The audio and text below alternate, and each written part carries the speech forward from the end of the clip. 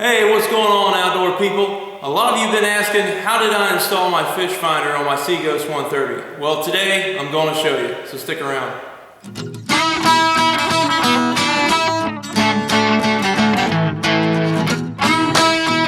Alright, so for my fish finder itself, I have a Lowrance Elite4 HDI. This is the old model. The new model would be the Lowrance Hook 4. And I have it on a ram ball mount. That way I can adjust it however, according to the glare of the sun, or if I'm sitting down, or when I stand up in the Seaghost, I have a better view of it. And I have the ram ball base mounted to my Wesley's Kayak Mod hinge kit base. If you're interested in that, and when I'm talking about a hinge kit, I'll go ahead and leave a link down in the description below, or if you wait till the end of the video, I'll have a little shortcut to get there. So that's the fish finder itself and how I got that mounted up. And all this stuff, I'm going to try to add links to like Amazon for all this equipment down in the description below. That way you can go straight to it and buy it yourself. All right, just to show you guys how I have my power and everything hooked up going to the fish finder. I have this panel. Like I said, I'm going to list all this down in the description below. And it has 3 ports, and you can change these ports. When you install this, all it is you drill 3 holes for the size of these ports to go inside your kayak. And I have my battery and my battery box and everything inside the front hatch. I know some people take foam and whatnot and put it in the middle console, but to me, I'd rather use that for my tackle and everything. It's just taking up room when I can just put it in my front hatch, considering I don't really put a whole lot in there anyway. But anyway, it has 3 ports. The first one is for a cigarette lighter, which is to run power to the fish finder itself. The second one is your voltmeter to show you how much power you have left on your battery. And the third one is a USB charger. You got 1 amp and then 2.1 amp. And it has it labeled. Either you can use this to constantly charge your GoPro battery or charge your cell phone out there on the water, or also, I've been toying around with the idea of getting a small solar charger and fitting it with a USB so I can charge my 12-volt battery for my kayak while I'm fishing on those sunny days.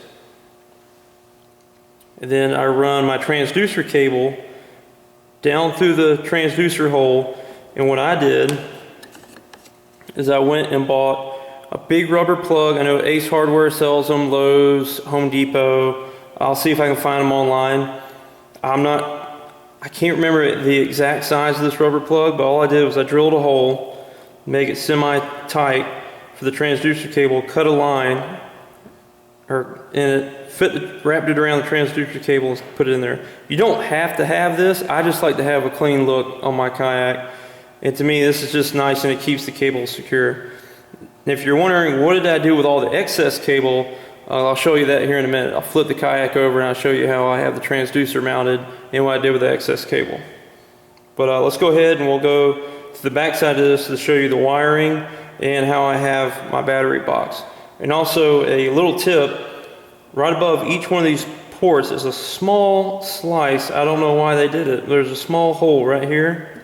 I took a little bit of silicone and put down in there just so when you're washing your kayak off, you don't have to worry about water running in back behind here and getting on this. And also you can put silicone all the way around it if you really want to get with it. Okay, for the battery, what I use is a sealed lead acid battery, 12 volt.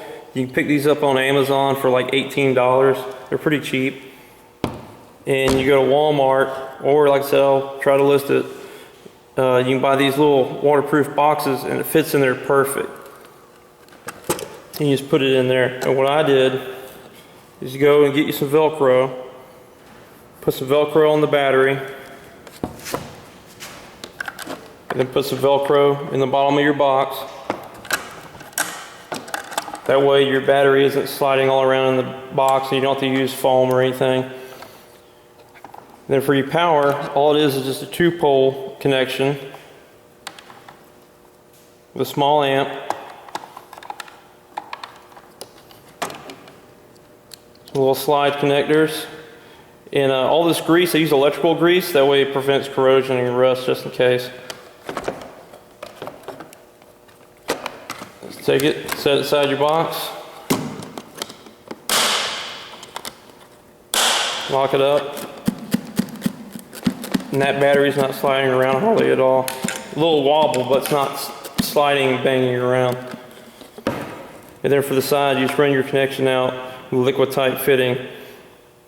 This one is a little bit too big for these wires.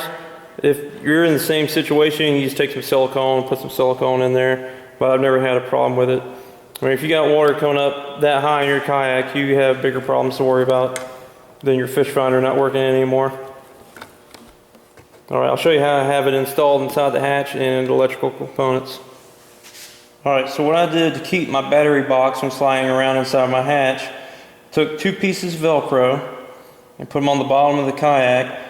Now, what you may have to do, like I had to do with this one, is take some sandpaper and rough up a little bit right here to get the Velcro to actually stick pretty good. But once it's on there and it adheres, it sticks really, it's really hard to get that box off. So you put your Velcro down. Let's take your battery box.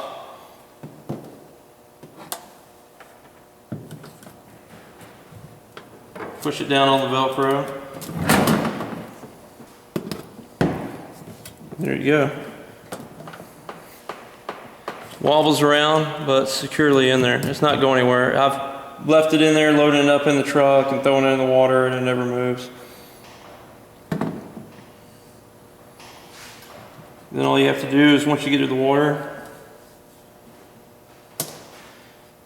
take your cable lines,